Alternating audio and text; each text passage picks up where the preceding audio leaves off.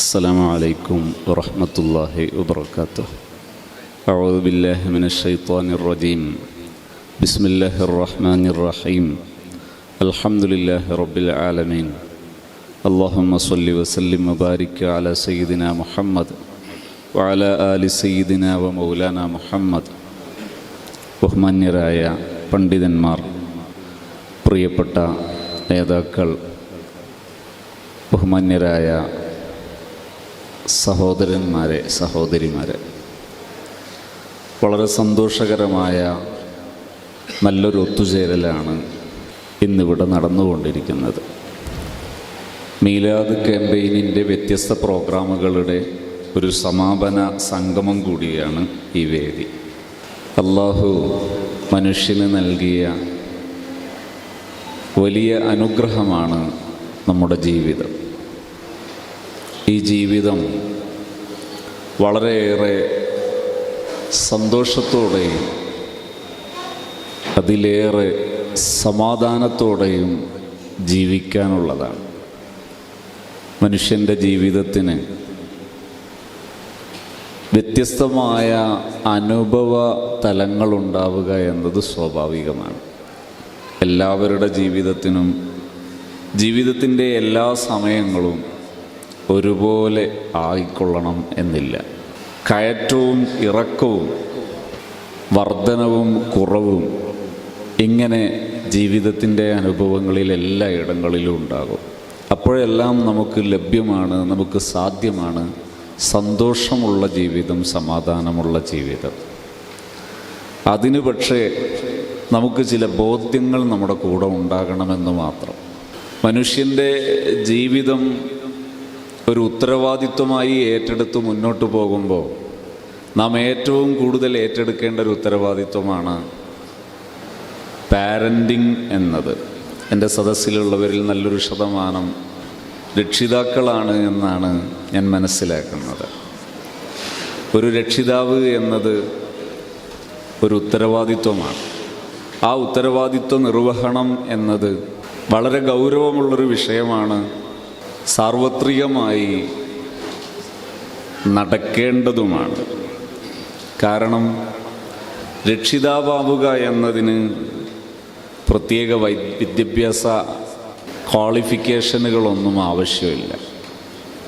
അതുകൊണ്ട് തന്നെ ഏത് തലത്തിലുള്ളവർക്കും സാധ്യമാകേണ്ട ഒന്നാണ് പാരൻറ്റിങ് എന്ന് പറയുന്നത്.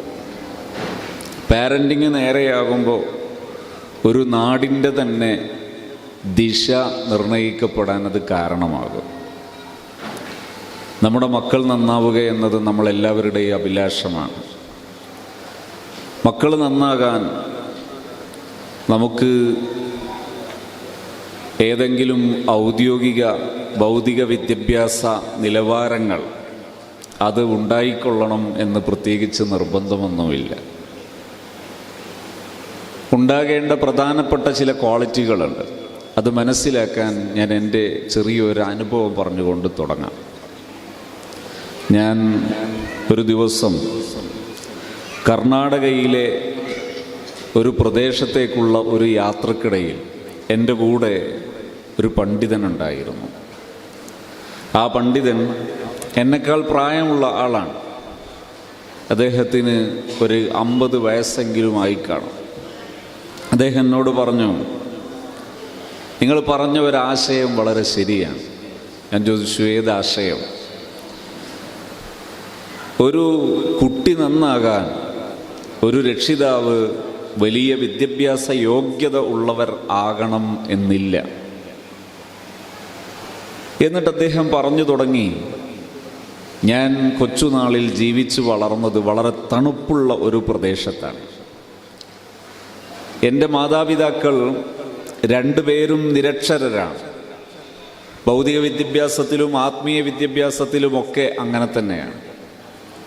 പക്ഷേ എൻ്റെ ജീവിതത്തിൽ ഈ നിമിഷം വരെ ഒരു നേരം പോലും എൻ്റെ ഓർമ്മ വെച്ച നാൾ മുതൽ ഞാൻ നിസ്കാരം നഷ്ടപ്പെടുത്തുകയോ ഖളാ ആക്കുകയോ ചെയ്തിട്ടില്ല.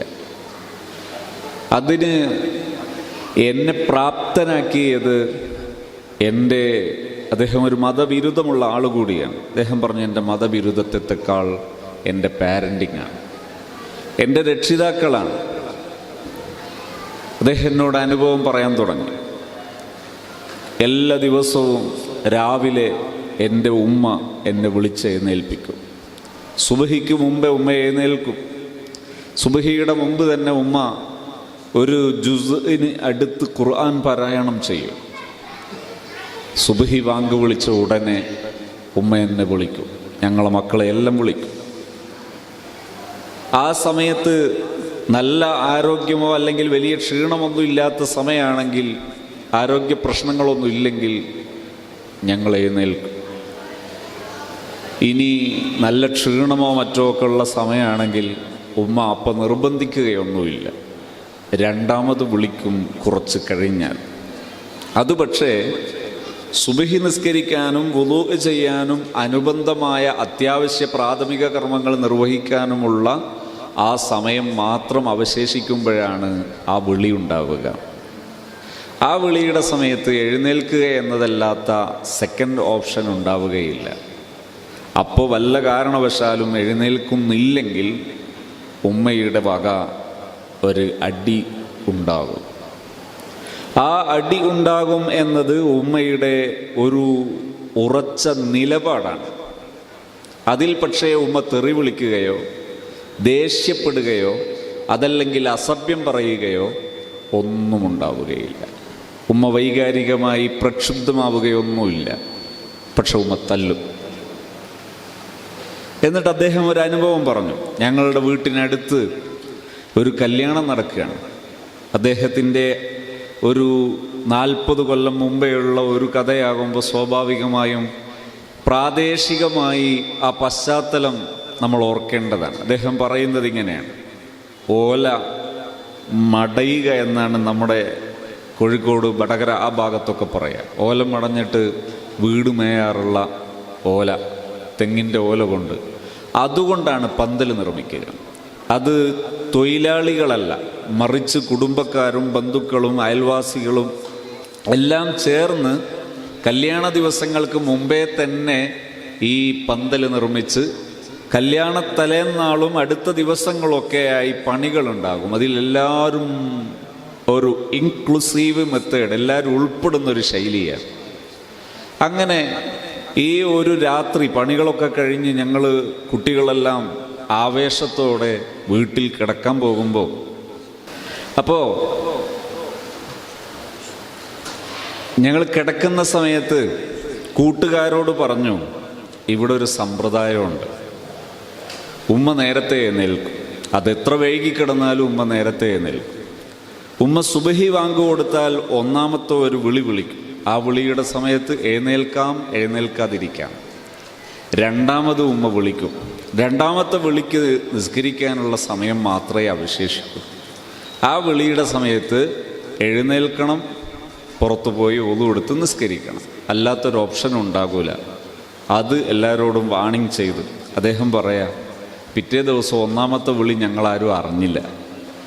പക്ഷെ രണ്ടാമത്തെ വിളിയുടെ കൂടെ എഴുന്നേൽക്കുന്നില്ല എന്ന മട്ട് വന്നപ്പോൾ ഉമ്മയുടെ അടി വന്നു. അടി വന്നപ്പോൾ അദ്ദേഹം പറഞ്ഞു, ഞാനും എൻ്റെ ജ്യേഷ്ഠനും കൂടെ എഴുന്നേറ്റ് ഓടുമ്പോൾ പറഞ്ഞു, ഓടിക്കോ, വേറെ ഒരു വഴിയും ഇവിടെ ഇല്ല, വേറെ ഓപ്ഷനില്ല, സെക്കൻഡ് ഓപ്ഷനില്ല. ഞങ്ങൾ എഴുന്നേറ്റ് ഓടി ഒതുവെടുത്ത് നിസ്കരിച്ച് തിരിച്ചു വരുമ്പോഴേക്ക് എല്ലാവർക്കും കട്ടൻ കാപ്പിയും അതിൻ്റെ കൂടെ ഈ സമൂസ ഇപ്പം കിട്ടുന്നത് പോലെ ആ സമയത്ത് ഉണ്ടാവില്ലല്ലോ, സുബഹിൻ്റെ സമയമല്ലേ, അപ്പോഴത്തെ ബേക്കറിയും കൂടെ ഉണ്ടായിരുന്നു. അഥവാ ഉമ്മക്ക് ദേഷ്യമില്ല. ഇതിന് നമ്മളൊക്കെ ഇപ്പോൾ പറയുന്ന മനഃശാസ്ത്രപരമായ സമീപനത്തിൽ പറയുക ഫേംനെസ് വിത്തൗട്ട് ആങ്കർ, ദേഷ്യമില്ലാത്ത നിലപാട്, കാർക്കശ്യം എന്ന് പറയാം. ഇതൊരു പാരൻറ്റിൻ്റെ ഒരു സമീപന രീതിയാണ്. അദ്ദേഹം എന്നോട് പറഞ്ഞു, ഒരിക്കലും ഉമ്മ തെറി വിളിച്ചത് എനിക്ക് ഓർമ്മയില്ല. ഉമ്മ ഞങ്ങളെ ശിക്ഷണങ്ങൾക്ക്, സ്നേഹത്തിന് ഒരു കുറവും വരുത്താതെ ഞങ്ങളെ സ്നേഹിക്കാറുണ്ടായിരുന്നു. അദ്ദേഹം എന്നോട് പറഞ്ഞു, ഞങ്ങൾ പല മാനേഴ്സും പഠിച്ചത് രക്ഷിതാക്കളിൽ നിന്നാണ്. അതിൽ നിന്ന് അദ്ദേഹം ഒരനുഭവം കൂടെ പറഞ്ഞു. എന്താണ്? അതിഥികൾ വന്നാൽ വീട്ടിൽ നിന്ന് എങ്ങനെയാണ് മറ്റുള്ളവരോട് സമീപിക്കേണ്ടത്? അദ്ദേഹം അതിൻ്റെ ഒരു അനുഭവം പറഞ്ഞത് ഇങ്ങനെയാണ്. വീട്ടിൽ അതിഥികൾ വന്നൊരു ദിവസം ഈ വീട്ടുകാർ ഈ ബേക്കറി ഐറ്റംസ് ഉണ്ടാക്കുന്ന കുടുംബമാണ്. അതവരുടെ ജീവിതോപാധിയാണ്, വരുമാന മാർഗമാണ്. അങ്ങനെ ജീവിക്കുന്നതിനിടയിൽ ഒരു ദിവസം ഈ അതിഥി വന്നപ്പോൾ ഈ ബേക്കറി ഐറ്റംസ് ഒക്കെ വെച്ചിട്ട് അതിഥിയെ സൽക്കരിക്കുകയാണ്. സ്വാഭാവികമായും ഒരു ഭക്ഷണ സമയമല്ലാതെ അതിഥികൾ വന്നാൽ നമ്മൾ സ്വീകരിക്കുന്നൊരു സമീപനമാണ്. ബേക്കറിയാണ് അവിടെ പിന്നെ നമ്മൾ പിന്നീടുള്ളൊരു പരിഹാര പ്രക്രിയ. അങ്ങനെ ബേക്കറിയൊക്കെ വെച്ച് ചായ കുടിച്ചുകൊണ്ടിരിക്കുന്ന സമയത്ത് ഇദ്ദേഹം പറഞ്ഞു, ഞാനും എൻ്റെ ജ്യേഷ്ഠനും ചെറിയ കുട്ടിക്കാലല്ല, ഞങ്ങൾ ഈ ബേക്കറിക്ക് തല്ലുകൂടി അതിഥികൾ ഉള്ള സമയമാണെന്നോ അതിഥികൾ വന്നാൽ ഇങ്ങനെ ഭക്ഷണത്തിനോ അല്ലെങ്കിൽ ഇത്തരം പലഹാരങ്ങൾക്ക് തല്ലുകൂടരുത് എന്നൊന്നും ഞങ്ങൾക്ക് കോമൺ സെൻസ് ഇല്ലായിരുന്നു. അങ്ങനെ ഒരു സാമാന്യബോധം ഇല്ലായിരുന്നു. പക്ഷേ ഞങ്ങളുടെ ബാപ്പ ഒരക്ഷരം പറയുകയോ ദേഷ്യപ്പെടുകയോ ഒന്നും ചെയ്തില്ല. അതിഥികൾ പോകുന്നത് വരെ ഭംഗിയായി അതിഥികളെ കൈകാര്യം ചെയ്തു. അതിഥികളോട് നല്ല പെരുമാറ്റ സമീപനങ്ങളൊക്കെ നിർവഹിച്ചു. അവസാനം അതിഥികൾ പോയി കഴിഞ്ഞപ്പോൾ ഞങ്ങളെ രണ്ടാളെയും വിളിച്ചു. അപ്പോഴാണ് ഞങ്ങൾ ആലോചിക്കുന്നത്, ആ നേരത്തെ ചെയ്ത പരിപാടികൾ, കലാപരിപാടികളൊക്കെ മോശമായിപ്പോയി എന്നുള്ളത്. അങ്ങനെ അദ്ദേഹം പറയാ, പിതാവ് ഞങ്ങളോട് പറഞ്ഞു, രണ്ടാളും പോയിട്ട് അകത്ത് പോയിട്ട് പ്ലേറ്റ് എടുത്ത് വരാൻ പറഞ്ഞു. ഓരോ പ്ലേറ്റ് എടുത്തിട്ട് വരാൻ പറഞ്ഞു. ഞങ്ങൾ രണ്ടുപേരും അകത്ത് പോയി പ്ലേറ്റ് എടുത്ത് വന്നു. ഞങ്ങൾ തല്ലുകൂടിയിരുന്നത് മിക്സ്ചറിന് വേണ്ടിയായിരുന്നു. ഈ മിക്സ്ചർ ഞങ്ങൾ രണ്ടാളുടെ പ്ലേറ്റിലും ഇട്ടു, നിറയെ ഇട്ടു. ഇട്ടതിന് ശേഷം ബാപ്പയുടെ ഇൻ്റർവ്യൂ. ഇത് ഈ വീട്ടുകാരുണ്ടാക്കിയതാണ്, ഇത് നമ്മൾ എന്തിനുണ്ടാക്കിയതാണ് എന്നാണ് ചോദ്യം. രണ്ടാളും മറുപടി പറഞ്ഞു, വിൽക്കാൻ. കാരണം ഞങ്ങൾ അനുഭവം അതാണ്, ഞങ്ങൾ വിൽക്കാറുള്ളതാണ്, കൊണ്ടുപോയി കടകളിലൊക്കെ ഞങ്ങളാണ് എത്തിക്കാറുള്ളത്. അപ്പോൾ വാപ്പ പറഞ്ഞു, അല്ല, വിൽക്കാനല്ല. ചോദ്യം ഒന്നാമത്തെ തന്നെ വാപ്പ വീണ്ടും ആവർത്തിച്ചു. ഉത്തരം ഇവർക്കറിയാവുന്നത് ആദ്യത്തെ ഉത്തരമായതുകൊണ്ട് അതന്നെ അവർ വീണ്ടും പറഞ്ഞു. മൂന്നാമതും ചോദ്യം ഉണ്ടായി, ഉത്തരവും ഉണ്ടായി. അപ്പോൾ വാപ്പ പറഞ്ഞു, ഇത് വിൽക്കാനുണ്ടാക്കിയതല്ല, നിങ്ങൾക്ക് കഴിക്കാൻ, ഭക്ഷിക്കാനുണ്ടാക്കിയത്. നിങ്ങൾ കഴിച്ചതിന് ശേഷം ബാക്കിയുണ്ടെങ്കിൽ വിൽക്കാനുണ്ടാക്കിയതാണ്. അദ്ദേഹം പറയാണ്, ഞാൻ അതിന് ശേഷം വീട്ടിൽ അതിഥികൾ വന്നാൽ എങ്ങനെ പെരുമാറണം എന്നതിനെക്കുറിച്ച് എനിക്ക് മറ്റൊരു ക്ലാസിൻ്റെ ആവശ്യം വന്നിട്ടില്ല. ചിലപ്പോഴൊക്കെ ഞാൻ ആലോചിക്കാറുണ്ട്, ഇതിൻ്റെ ഒരു ലോജിക്ക് ആലോചിക്കുന്ന സമയത്ത് ഇങ്ങനെ പറഞ്ഞാലൊരു മക്കൾ എങ്ങനെയാണ് മാനേഴ്സ് പഠിക്കൽ? പക്ഷേ പ്രായോഗികത അങ്ങനെയാണ്. മനഃശാസ്ത്രവും അപ്ഡേറ്റഡ് സൈക്കോളജിയും പറയുന്നത് അങ്ങനെയാണ്. ഹബീബായ റസൂലുള്ളാഹി സ്വല്ലല്ലാഹു അലൈഹി വസല്ലമ തങ്ങളുടെ മാർഗനിർദ്ദേശങ്ങൾ പരിശോധിച്ചാലും അങ്ങനെ തന്നെയാണ്. അക്രിമൂ ഔലാദക്കും, നിങ്ങളെ മക്കളോട് വളരെ ബഹുമാന്യമായി പെരുമാറി നോക്കൂ, സമീപിച്ചു നോക്കൂ. മക്കളിൽ നല്ല മാറ്റങ്ങൾ കാണാം. അത് പക്ഷേ കുഞ്ഞുനാൾ മുതലേ സമീപനങ്ങൾ നന്നാകണം. പാരൻറ്റിങ് എന്നത് വളരെ എളുപ്പമുള്ളതാണ് എന്നും വലിയ അക്ഷരാഭ്യാസങ്ങളുടെ പേരിൽ പേരിൻ്റെ കൂടെ അക്ഷരങ്ങൾ ചേർത്ത് വെക്കാനുള്ള യോഗ്യതകളൊന്നുമില്ലെങ്കിലും ഒരാൾക്ക് പാരൻറ്റിങ് എന്നത് ഭംഗിയായി നിർവഹിക്കാൻ പറ്റും. ഇനി നിങ്ങളുടെ പേരിൻ്റെ കൂടെ ചേർത്ത് വെക്കാൻ ധാരാളം അക്ഷരങ്ങൾ കിട്ടിയാൽ പോലും നിങ്ങൾക്ക് ഈ വിഷയം അവെയറല്ലെങ്കിൽ, ബോധ്യം ഇല്ലെങ്കിൽ, അങ്ങനൊരു ബോധവും സംസ്കാരവും നിലപാടും അങ്ങനൊരു സ്കില്ലുമില്ലെങ്കിൽ നിങ്ങൾ എത്ര വിദ്യാഭ്യാസം ഉണ്ടായാലും നിങ്ങൾ നരകിക്കും. ഇന്നലെ ഞാനൊരു സ്കൂളിൽ വെച്ച് ടീച്ചേഴ്സിന്, അധ്യാപകർക്ക് ഒരു ട്രെയിനിങ് പ്രോഗ്രാമിൽ പങ്കെടുത്തു. ആ പ്രോഗ്രാമിൽ ഈ വിഷയം, ഇതിൻ്റെ കുറച്ചുകൂടി ഭാഗങ്ങൾ ടീച്ചിങ്ങുമായി ബന്ധപ്പെട്ടത് അവതരിപ്പിച്ച് ഞാൻ പോന്നതിന് ശേഷം അവിടെ ഉള്ളൊരു ടീച്ചർ ഫീഡ്ബാക്ക് മെസ്സേജ് അയച്ചു. ആ മെസ്സേജിൽ ടീച്ചർ പറഞ്ഞു, പലപ്പോഴും നേരത്തെ സ്വീകരിച്ച സമീപന രീതിയെക്കുറിച്ച് ആലോചിക്കുമ്പോൾ ഒരു വല്ലാത്ത കുറ്റബോധം ഉണ്ടാകുന്നു. അതിലേറെ എന്നെ അലട്ടിയത് എൻ്റെ വീട്ടിൽ മക്കളുണ്ട്, എൻ്റെ മക്കൾ. ആ മക്കളുടെ സമീപനങ്ങളെക്കുറിച്ച് ആലോചിക്കുമ്പോൾ അതിൻ്റെ എല്ലാം ഉത്തരവാദി ഞാനാണെന്നൊരു തോന്നൽ എന്നെ വല്ലാതെ അലട്ടിക്കൊണ്ടിരിക്കുന്നു. എൻ്റെ മക്കൾ, ഞാനൊരു അധ്യാപകനായിട്ട് പോലും എൻ്റെ മക്കളെ അവരുടെ ജീവിത ചിട്ടകൾ നിർവഹിപ്പിക്കാൻ മാത്രം എനിക്ക് കഴിയുന്നില്ല. അവരുടെ ജീവിതം എങ്ങനെയാകണം, അവരുടെ അച്ചടക്കം എങ്ങനെ മുന്നോട്ട് കൊണ്ടുപോകണം എന്നതിനെക്കുറിച്ച് അവരെ ബോധ്യപ്പെടുത്താനോ അവരെ ബോധവൽക്കരിക്കാനോ എനിക്ക് കഴിയാതെ പോകുന്നു. ഞാൻ എവിടെ പരാജയപ്പെട്ടു എന്നെനിക്ക് വല്ലാത്ത ഒരു അസ്വസ്ഥതയും അവ്യക്തതയും എന്നെ അലട്ടിക്കൊണ്ടിരിക്കുന്നു. ഇത് ടീച്ചറുടെ ഫീഡ്ബാക്കിലെ ഒരു പ്രധാനപ്പെട്ട മെസ്സേജായിരുന്നു.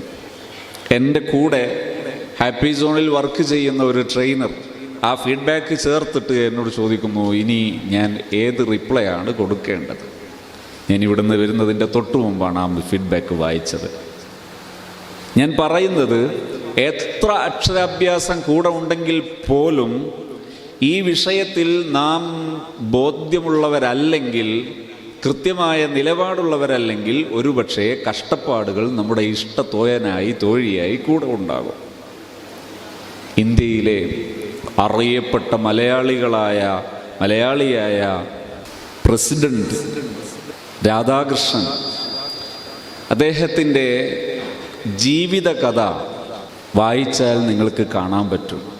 ഇല്ലായ്മകളുടെ പേരിൽ, ഒരു നേരത്തെ ആഹാരം കൊടുക്കാൻ പ്രയാസമായതിൻ്റെ പേരിൽ അയൽ വീടുകളിൽ ജോലിക്ക് പോയിട്ട് അതിന് കിട്ടുന്ന വേതനമായ ഭക്ഷണം, ആ ഭക്ഷണം കൊണ്ട് മകനെ വളർത്തേണ്ട കുടുംബ പശ്ചാത്തലത്തിൽ വളർന്ന തൻ്റെ മകൻ, ആ മകൻ ഒരു ലോകരാജ്യങ്ങളിൽ ശ്രദ്ധിക്കപ്പെടുന്നൊരു രാജ്യത്തിൻ്റെ ഏറ്റവും ഉന്നത പൗരനാകുന്നിടത്ത് എത്താനുള്ള കാരണങ്ങൾ പഠിച്ചു നോക്കിയാൽ അതിൻ്റെ പിന്നിൽ പാരൻറ്റിങ്ങിൻ്റെ വലിയൊരു സ്വാധീനം കാണാം. അതിന് അവർക്ക് ഒരിക്കലും അക്ഷരാഭ്യാസത്തെക്കാൾ കൂട്ടുനിന്നത് അവരുടെ ഈ ഒരു പാരൻറ്റിങ്ങിലെ സ്കില്ലാണെന്ന് നമുക്ക് മനസ്സിലാക്കാൻ പറ്റും. ഇവിടെ ഏറ്റവും പ്രധാനപ്പെട്ട ഒന്നെന്താണെന്നറിയോ? ഒരു രക്ഷിതാവിൻ്റെ മാനസികാവസ്ഥയാണ്. ഒരു രക്ഷിതാവിന് മനസ്സമാധാനമുള്ള ജീവിതമുണ്ടാവുകയെന്നത് അനിവാര്യമാണ്. ഒരു രക്ഷിതാവിന് തൻ്റെ മകനോട് സ്വീകരിക്കേണ്ട സമീപനം എന്തായിരിക്കണമെന്ന ബോധ്യം അനിവാര്യമാണ്. ഞാൻ ആദ്യം സൂചിപ്പിച്ച കഥയിലെ രക്ഷിതാക്കൾക്കുള്ള ഏറ്റവും പ്രധാനപ്പെട്ട യോഗ്യത എന്താണെന്നറിയോ? അവർ ശാന്ത സ്വഭാവക്കാരാണ് എന്നതാണ്. അവർ കൃത്യമായ നിലപാടുള്ളവരാണ് എന്നതാണ്. അവർ പ്രക്ഷുബ്ധമായ പെരുമാറ്റത്തിൻ്റെ വക്താക്കളല്ല. എടുത്തുചാടി കാര്യങ്ങൾ പറയുകയോ ചെയ്യുന്നവരല്ല. ഇതായിരുന്നു ആ രക്ഷിതാക്കളുടെ ക്വാളിറ്റി. ഇത് തന്നെയാണ് ഒരു രക്ഷിതാവിനുണ്ടാകേണ്ട പ്രധാനപ്പെട്ട നിലവാരവും. ഇതില്ലെങ്കിൽ നിങ്ങൾ എത്ര വലിയ പ്രസക്തമായ ലോകത്ത് ജീവിക്കുന്നവരാണെങ്കിലും നിങ്ങളുടെ പാരൻറ്റിങ് ഡാമേജബിൾ ആയിരിക്കും, പരുക്കുള്ളതായിരിക്കും.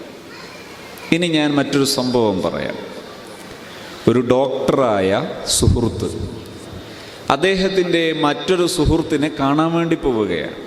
ആ സുഹൃത്ത് അധ്യാപകനാണ്, അറിയപ്പെട്ട പ്രഗത്ഭനായ ഒരു അധ്യാപകനാണ്, കഴിവുറ്റ പ്രതിഭാശാലിയാണ്, പണ്ഡിതനാണ്, ഒക്കെയാണ്.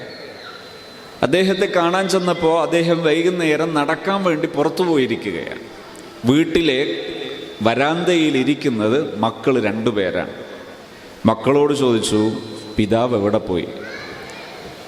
അതിന് ഉത്തരമായി മക്കൾ ചോദിച്ചു, ഹിറ്റ്ലറോ എന്ന് ചോദിച്ചു. ഈ ഡോക്ടർ മക്കളുടെ ചോദ്യത്തെ കൗതുകത്തോടെ എതിരേൽക്കുകയാണ്.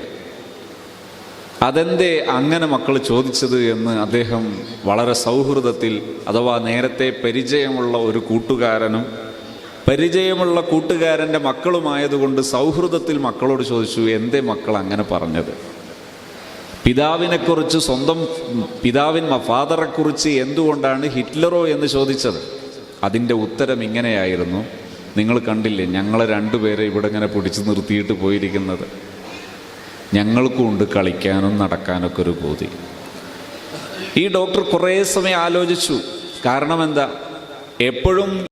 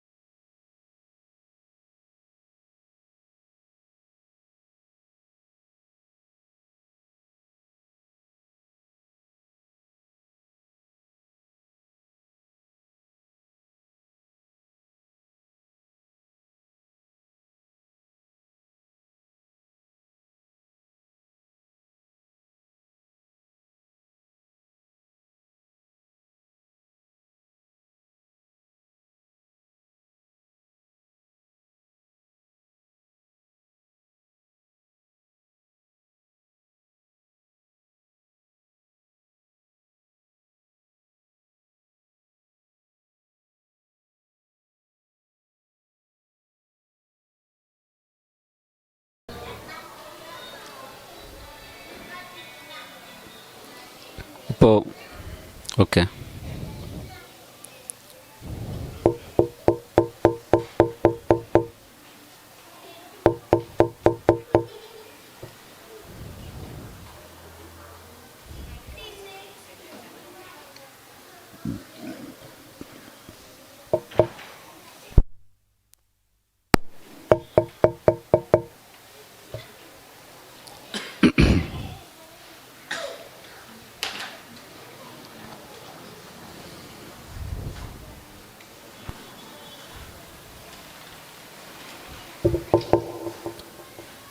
ഹലോ. ഇപ്പം ഞാൻ പറഞ്ഞു വെച്ചത് എവിടെയെന്ന് ഓർമ്മയുണ്ടോ? ഷവർമ. നല്ല ഓർക്കാൻ പറ്റിയ പോയിന്റാ. ഈ ഷവർമ വീട്ടിലേക്ക് വന്നാൽ അതിലൊരു പീസ് പോലും എനിക്ക് കിട്ടാതിരിക്കാൻ ഈ ഉമ്മ കാണിക്കുന്ന സാമർത്ഥ്യം, അത് അതീവ സാമർത്ഥ്യം തന്നെ, സമർത്ഥമായിരുന്നു. എന്ന് മാത്രമല്ല, ഉമ്മ എന്നെ ശപിച്ച് സംസാരിക്കുമ്പോൾ എന്നെയും എൻ്റെ 3-4 തലമുറയൊക്കെയാണ് ശപിക്കുക. ഞാൻ ഈ ശാപം കേട്ട് പലപ്പോഴും അലക്കുകല്ലിൽ തളർന്നു വീണിട്ടുണ്ട്. ഇങ്ങനെ കുറേ പറഞ്ഞതിന് ശേഷം ഈ സഹോദരിയുടെ അടുത്ത എന്നോടുള്ള ആദ്യത്തെ ചോദ്യം എന്താ അറിയാം?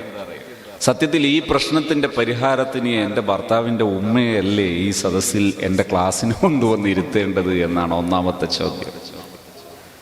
ഞാൻ അതിനവരോട് പറഞ്ഞ മറുപടി, ഞാൻ ചോദിച്ചു, പ്രയാസം തീരേണ്ടത് നിങ്ങൾക്കാണോ ഭർത്താവിൻ്റെ ഉമ്മാക്കാണോ? അതെനിക്കാണ്. എങ്കിൽ നിങ്ങളാണ് ഇവിടെ ഇരിക്കേണ്ടത്. അദ്ദേഹത്തിന് സഹോദരിക്ക് അത് ഇഷ്ടമൊന്നും ആയിട്ടില്ല, പക്ഷെ ഇരുന്നു, വേറെ വഴിയില്ലാത്തത് കൊണ്ട്. അങ്ങനെ 3ാമത്തെ സെഷൻ കഴിഞ്ഞപ്പോൾ ആ സഹോദരി എന്നോട് പറഞ്ഞു, ഇപ്പോൾ ഞാൻ എൻ്റെ ജീവിതത്തിൽ ഏറ്റവും സന്തോഷമുള്ള ഒരു ഘട്ടത്തിലെത്തിയിരിക്കുന്നു. എൻ്റെ ഭർത്താവിൻ്റെ ഉമ്മ എൻ്റെ ജീവിതത്തിൽ ഒരുപക്ഷെ എനിക്ക് ഏറ്റവും കൂടുതൽ താങ്ങാവുന്ന, തണലാവുന്ന ആളായി മാറിയിട്ടുണ്ട്. എന്താണ് ചെയ്തതെന്നറിയോ? ഞാൻ അവരോട് പറഞ്ഞു, നിങ്ങൾ ജീവിക്കുന്ന നിങ്ങളുടെ വീട്ടിലെ ഏതൊരു മനുഷ്യനോടും സ്നേഹത്തോടെയും ബഹുമാനത്തോടെയും പെരുമാറുക എന്നത് നിങ്ങളുടെ കഴിവാണ്, നിങ്ങളുടെ മികവാണ്, അത് നിങ്ങളുടെ ഗുണമാണ്. അത് നിങ്ങൾക്ക് ഇവിടെ പ്രകടമാക്കാൻ കഴിയുന്നുണ്ടോ? നിങ്ങൾ അതൊന്ന് എനിക്ക് കാണിച്ചു തരും. എനിക്ക് വ്യക്തമായി അത് എന്ത് ചെയ്യാറുണ്ട്? നമ്മളതിനൊരു മെത്തേഡ് പറയാറുണ്ട്, DRS, ഡൂയിങ് റെക്കോർഡിംഗ് ഷെയറിംഗ് എന്ന് പറയുന്ന ട്രെയിനിങ്ങിൽ ഉപയോഗിക്കുന്ന ഒരു മെത്തേഡാണത്. കൃത്യമായി കാര്യങ്ങൾ ചെയ്യുന്നു, അത് വിലയിരുത്തുന്നു. അതിൽ എല്ലാ ദിവസവും എന്ത് ചെയ്യണം? ഈ ഭർത്താവിൻ്റെ ഉമ്മയോട് സ്നേഹം കാണിക്കണം. അപ്പോൾ ഈ സഹോദരിയുടെ ചോദ്യം, ഞാൻ വീട്ടിൽ പാചകം ചെയ്യുന്നുണ്ട്, ഞാൻ വീട്ടിൽ അലക്കാറുണ്ട്, ഞാൻ വീട്ടിൽ വീട് തുടക്കാറുണ്ട്, വീട് പരിചരിക്കാറുണ്ട്, ഇങ്ങനെ ഒരുപാട് പണിയെടുക്കാറുണ്ട്, ഇതൊന്നും സ്നേഹവും ഇതൊന്നും അല്ലേ? നിങ്ങൾ അത്തരം മല പോലുള്ള വലിയ വലിയ പണികൾ എടുക്കണം എന്നെനിക്ക് നിർബന്ധവുമില്ല. പക്ഷെ ചെറിയ കൊച്ചു ചില കാര്യങ്ങൾ ചെയ്യണം. അതെന്താ? അത് ഈ ഭർത്താവിൻ്റെ ഉമ്മയുടെ മുഖത്തേക്ക് പരിഗണനയോടെ ഒരു ദിവസം ഒരു 3 തവണയെങ്കിലും നിങ്ങൾ നോക്കണം.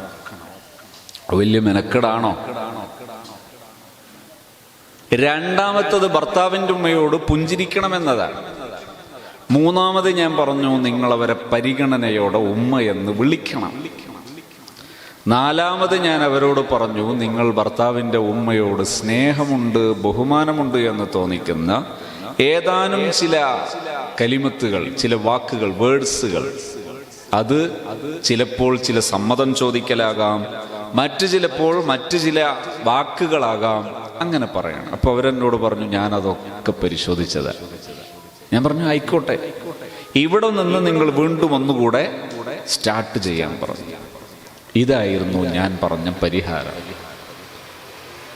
ഇത് പറയുമ്പോൾ വിശദമായി പറയേണ്ട ഒരു വിഷയമാണ്. ഞാൻ ആ ഭാഗത്ത് നിന്ന് പെട്ടെന്ന് പിന്മാറിയിട്ട് പറയാൻ ഉദ്ദേശിച്ച മറ്റു ചില കാര്യങ്ങൾ കംപ്ലീറ്റ് ചെയ്യാനുള്ളത് കൊണ്ട് തിരിച്ചു പോരുക. എന്താണ് പറയാനുള്ളതെന്നറിയോ? ഒരാളോട് നാം പെരുമാറുന്ന സമയത്ത്, നാം സമീപിക്കുന്ന സമയത്ത്, ഒരാളോട് നമ്മൾ ഇടപെടുന്ന സമയത്ത് നമ്മളിൽ നിന്നുണ്ടാകുന്ന കൊച്ചു കൊച്ചു കൊച്ചു പെരുമാറ്റങ്ങൾ, അതിനാണ് വലിയ അർത്ഥങ്ങൾ ഉണ്ടാകുന്നത്. നാം പരസ്പരം കണ്ടൊന്ന് പുഞ്ചിരിക്കാൻ മറന്നു പോകുന്നുണ്ടെങ്കിൽ, പരസ്പരം ഒന്ന് സ്നേഹത്തോടെ മുഖം നോക്കാൻ മറന്നു പോകുന്നുണ്ടെങ്കിൽ, പരസ്പരം നമ്മൾ ഒന്ന് ബഹുമാനമുള്ള സന്തോഷമുള്ള പദങ്ങൾ പറയാൻ മറന്നു പോകുന്നുണ്ടെങ്കിൽ, അവിടെ നിന്നാണ് ജീവിതം അവതാളത്തിലാകുന്നതിൻ്റെ തുടക്കം. നിങ്ങൾക്ക് എത്ര വലിയ ഔദ്യോഗിക വിദ്യാഭ്യാസങ്ങൾ കൂടെയുണ്ടെങ്കിലും നിങ്ങൾ പരാജിതരാണ് ഈ വിഷയമില്ലെങ്കിൽ. ഇതൊരു മനുഷ്യന്റെ മൂല്യമാണ്. ഒരു വലിയ ഹോസ്പിറ്റൽ എല്ലാ ഫെസിലിറ്റീസുകളും കംപ്ലീറ്റഡ് ഹൈ പ്രൊഫൈലുള്ളതാണ്, ഹൈ ഡിസൈൻഡാണ്, വളരെ ഉയർന്ന നിലവാരമുള്ളതാണ്. അവിടെയുള്ള ഡോക്ടർ പേര് കേട്ട ലോക പ്രശസ്തനാണ്. അവിടെ എല്ലാ മെഷീനറികളുമുണ്ട്. പക്ഷേ ആ ഡോക്ടർ ഒരു രോഗി വന്നാൽ ഒന്ന് പുഞ്ചിരിക്കുകയോ മുഖത്തേക്ക് നോക്കുകയോ ചെയ്യില്ല എങ്കിൽ ആ ഹോസ്പിറ്റലിലെ ആ ആതുരാലയത്തിലെ എല്ലാ സേവനങ്ങളും അർത്ഥശൂന്യമാവുകയും വളരെ പെട്ടെന്ന് തന്നെ അത് പൊളിഞ്ഞു പോവുകയും ചെയ്യും. അവിടെ എന്നും പ്രശ്നങ്ങളുടെ അധ്യായങ്ങൾ നിരവധി ഉണ്ടാകും. ചില ഹോസ്പിറ്റലുകളിലൊക്കെ ചെന്നാൽ, പ്രത്യേകിച്ച് ചില ഗവൺമെന്റ് ഹോസ്പിറ്റലുകളിലൊക്കെ ചെന്നാൽ, ചില ഡോക്ടർമാർക്ക് ഇങ്ങനൊരു അസുഖം ഉണ്ടാകും. നമ്മളൊക്കെ വിചാരിക്കാറുണ്ട് ഇത്തരം ഡോക്ടർമാർ ആദ്യം എന്ത് ചെയ്യാറുണ്ട്, മാനേഴ്സ് പഠിപ്പിക്കുന്ന ഒരു ഹോസ്പിറ്റലിൽ കൊണ്ടുപോകണമെന്ന് പലപ്പോഴും തോന്നാറുണ്ട്. എല്ലാ ഡോക്ടർമാരും അങ്ങനെയാണെന്ന് കേൾക്കരുത്, അങ്ങനെ പറയുകയും ചെയ്യരുത്. എത്ര വിദ്യാഭ്യാസം ഉണ്ടെങ്കിലും ഒരു മനുഷ്യനോടെങ്ങനെ പെരുമാറണം, ഇത് അനിവാര്യമാണ്. ഇതുള്ള ഒരു സഹോദരി അവർ വിവാഹ ജീവിതത്തിലേക്ക് കടന്നാൽ അവരൊരിക്കലും പരാജയപ്പെടുകയില്ല എന്നതിൻ്റെ തെളിവാണ് ഇത്ര ദാരുണമായ ദുരന്തപൂർണമായ ഒരു ഭർത്തൃമാതാവിൻ്റെ മുമ്പിൽ നിന്ന് വന്ന സഹോദരി 4 ആഴ്ച തികയുമ്പോഴേക്ക് ആ സഹോദരി പറയുന്നു, ഇന്ന് എൻ്റെ ഭർത്തൃമാതാവിൻ്റെ സ്ഥിതി എന്താണെന്നറിയോ? ഞാൻ ഉംറയ്ക്ക് വേണ്ടി എനിക്കൊരു അവസരം കിട്ടി പോകുമ്പോൾ എന്നെ ആദ്യം പിന്തുണച്ചത് ഈ ഉമ്മയാണ്. ഞാൻ ഉംറയ്ക്ക് ഒരു ക്ലാസ്സിന് പോകുന്ന ഒരു ദിവസം ഇന്ന് പാചകം നേരത്തെ ചെയ്യട്ടെ എന്ന് കരുതി അടുക്കളയിൽ ചെന്ന് നോക്കുമ്പോൾ എനിക്ക് കഴിക്കാനും കൂടെ കൊണ്ടുപോകാനുള്ള പ്രാതലുണ്ടാക്കി വെച്ചിരിക്കുന്നു. ഞാൻ മുറ്റിറങ്ങി ഒന്ന് അടിച്ചു വൃത്തിയാക്കട്ടെ എന്ന് കരുതി മുറ്റത്തിറങ്ങി നോക്കുമ്പോൾ ഈ ഉമ്മ ചരിത്രത്തിലാദ്യമായി മുറ്റടിച്ചു വാരിയിരിക്കുന്നു. ആ സഹോദരി പറയുന്നു, ഇന്നെൻ്റെ ജീവിതം ധന്യമാണ്. നിങ്ങൾ ഇതിനു വേണ്ടിയായിരുന്നോ വീട് വിട്ടിറങ്ങി വലിയ പ്രൊഫൈൽ നേടിയത്? ഇതിനു വേണ്ടിയായിരുന്നോ നിങ്ങൾ വലിയ ജോലി തേടിയിരുന്നത്? ഇത് ഭയപ്പെട്ടിട്ടായിരുന്നോ നിങ്ങൾ ഇപ്പോൾ വൈവാഹിക ജീവിതം വേണ്ട, ഞാൻ പ്രൊഫൈൽ തേടിപ്പോവുകയാണ്, സ്വന്തം കാലിൽ നിൽക്കാനുള്ള പ്രാപ്തി തേടിപ്പോവുകയാണെന്ന് പറഞ്ഞത്? ഇത് പേടിച്ചിട്ടാണോ? എങ്കിൽ നിങ്ങൾക്ക് എത്രയാ നഷ്ടം. ജീവിതത്തിൽ നമുക്ക് സ്വന്തം പ്രൊഫൈൽ ഉണ്ടാകുന്നതോ ജീവിത വരുമാനമുണ്ടാകുന്നതോ ഒരിക്കലും അനുചിതമല്ല. അതൊരു നമ്പർ 2 ഏർപ്പാടല്ല, അത് നല്ലത് തന്നെയാണ്. പക്ഷേ ജീവിതത്തിൽ കൂടെ ഉണ്ടാകേണ്ട ഏറ്റവും അനിവാര്യമായ പരിഹാരം എന്ന് പറയുന്നത്, നിങ്ങളുടെ ക്വാളിറ്റി എന്ന് പറയുന്നത്, അത് നിങ്ങളുടെ പെരുമാറ്റ രീതിയിൽ നിങ്ങളെ കൂടെ ജീവിക്കുന്ന ഏതൊരു മനുഷ്യനെയും സംതൃപ്തിപ്പെടുത്താനുള്ള നിങ്ങളുടെ കഴിവാണ്. ഈ കഴിവുണ്ടെങ്കിൽ നിങ്ങൾ വിജയിക്കും. ഇനി ഞാൻ പറഞ്ഞ് തിരിച്ചു വരികയാണ്. ഇങ്ങനെയാണെങ്കിൽ നിങ്ങൾക്ക് വൈവാഹിക ജീവിതത്തിൽ ഒരു കുഞ്ഞ് ജനിക്കുമ്പോൾ ആ കുഞ്ഞിൻ്റെ പുറത്ത്, ഗർഭപാത്രത്തിന് പുറത്തുള്ള കുഞ്ഞിൻ്റെ ജീവിതത്തിന് മുമ്പ് തന്നെ ആ കുഞ്ഞിന് ആത്മാവ് ഊതപ്പെടുന്നൊരു കാലമുണ്ട്.